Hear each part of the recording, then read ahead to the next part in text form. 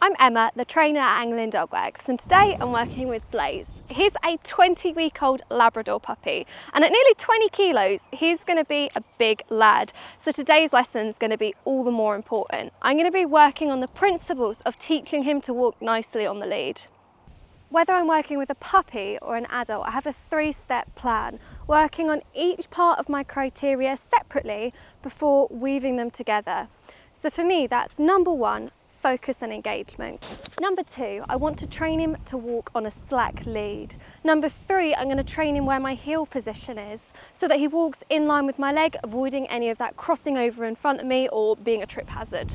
This is my go-to method for training a dog to walk nicely on the lead. And what I'll do is pop more details about that in the description below. Now, the reason I'm going to be starting with eye contact is because it's going to be the basis of engagement. If I've got him looking at me, it opens up a communication channel I can use not only to take him through the rest of the session, but also more advanced behaviours as he progresses. Eye contact is what they call a mutually exclusive behaviour. So put simply, he can't be checking in and doing unwanted behaviours.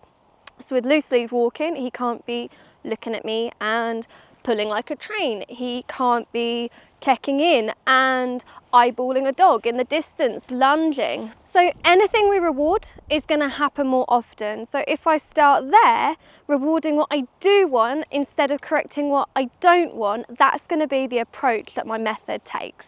You can think of training like a game. I'm going to start simple, make sure he has easy wins, understands what I'm asking, and then as I've got that established pattern, I can up my rules and he's more likely to win because he understands the principles that we've set in the first few layers. If you're new to training, it can work really well to have a double-ended lead. Not only is the length really nice for working with a puppy, I've stuck it around my waist to then give my hands free to make that mobility a little bit more easy. So I've got the lead around my waist. I'm going to use my dominant hand, which for me is my right hand, to cup some food. So I'm going to count out 5 pieces of food. Now the reason being, I'm going to do 5 repetitions before I give him a rest. I do this with a puppy, but I do it with an adult as well. It makes sure that we end on a win rather than accidentally pushing it too far to the point of failure. So I've got between 5 and 8 treats cupped in my dominant hand, which is going to leave my less dominant hand, so for me that's my left hand, to do the feeding. So I've got my food hand and my feeding hand. I found that setup just means that I can deliver the treats more quickly, which is useful in the learning phase to make sure he understands why he's just got the treat. I'm going to be using a clicker to mark the behaviours that Blaze has done to earn a reward. If you haven't got a clicker, or if it's your preference, instead you can use a word like good or yes. If you took a screenshot, when you hear me click, you should see my goal behaviour. So if it's dog looks down, dog looks up, click, that picture would be of Blaze looking up just before I deliver the treat. So it's a precursor to the treat. He hears it and it's like I've rustled the biscuit tin. He knows food's coming. The reason we're using a clicker today is because Blaze's owner is a wheelchair user, and because of his spinal cord injury, he can find words hard to get out quickly. So actually a clicker is going to be really nice. Other reasons you might want to use a clicker is they are quicker. It's also got better training connotations, so where I talk to my dog throughout the day and I might say good and yes without it always being followed with food. This can be a little bit purer learning as well. The drill is going to be food goes down. Now because it's been dropped, the first one's a freebie, he's going to look up wondering if there's more. I capture that moment with a click. The next piece of food goes down and I'm going to keep going till all the food in my hand is gone. So this is layer 1. Blazy, food goes down.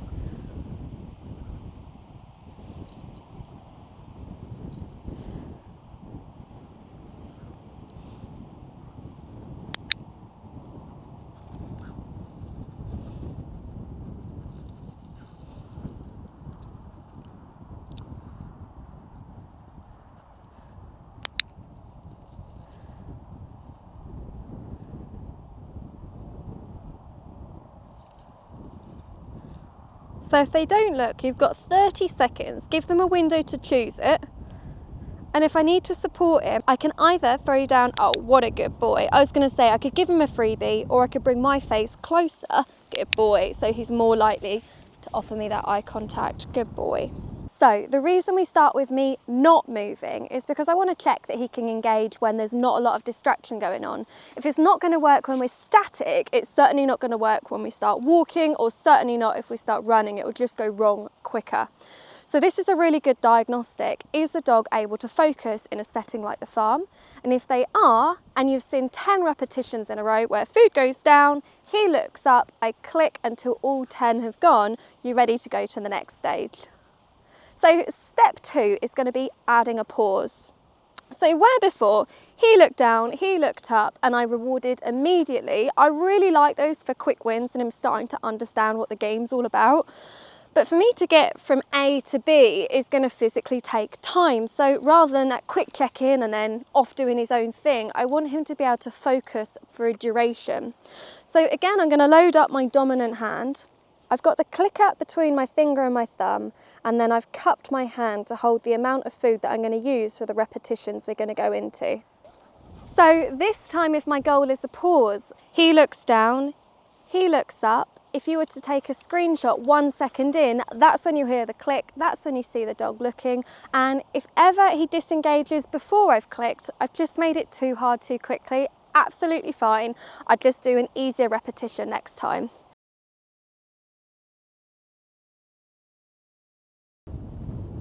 Good boy. So I'm going to go for 2 seconds. So again, now I've got this window, I could wait for 30 seconds, see if he offers it by choice. Good boy, like it. Go for 3 seconds next time.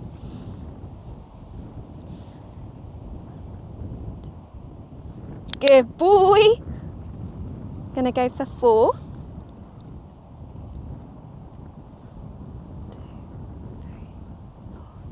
Good boy.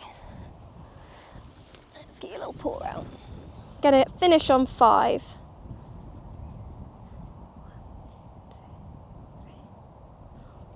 Oh, nearly.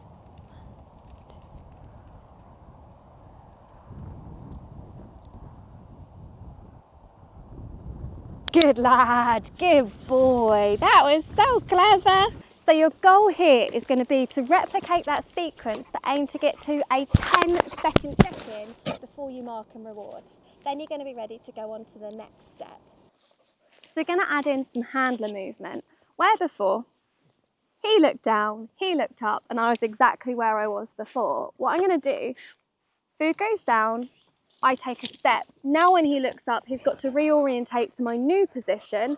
Then I mark, then I reward. I'm going to take away the criteria for a pause because I don't want to be testing, can you check in when I'm on the move? And can you check in for 10 seconds? That would be testing 2 things at once and might make it too hard for him to succeed.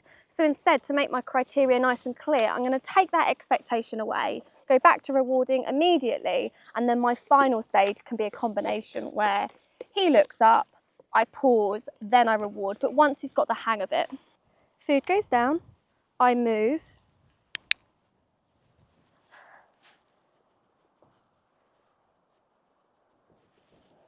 and I really don't mind if it takes him a while to sniff it out. It's all part of the reward for him.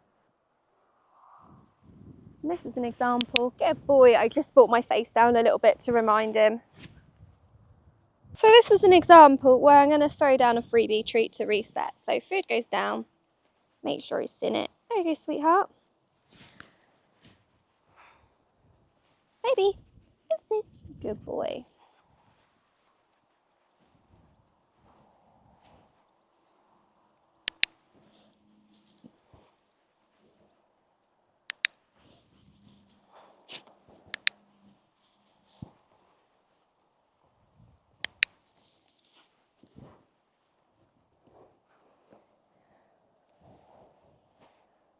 Good boy.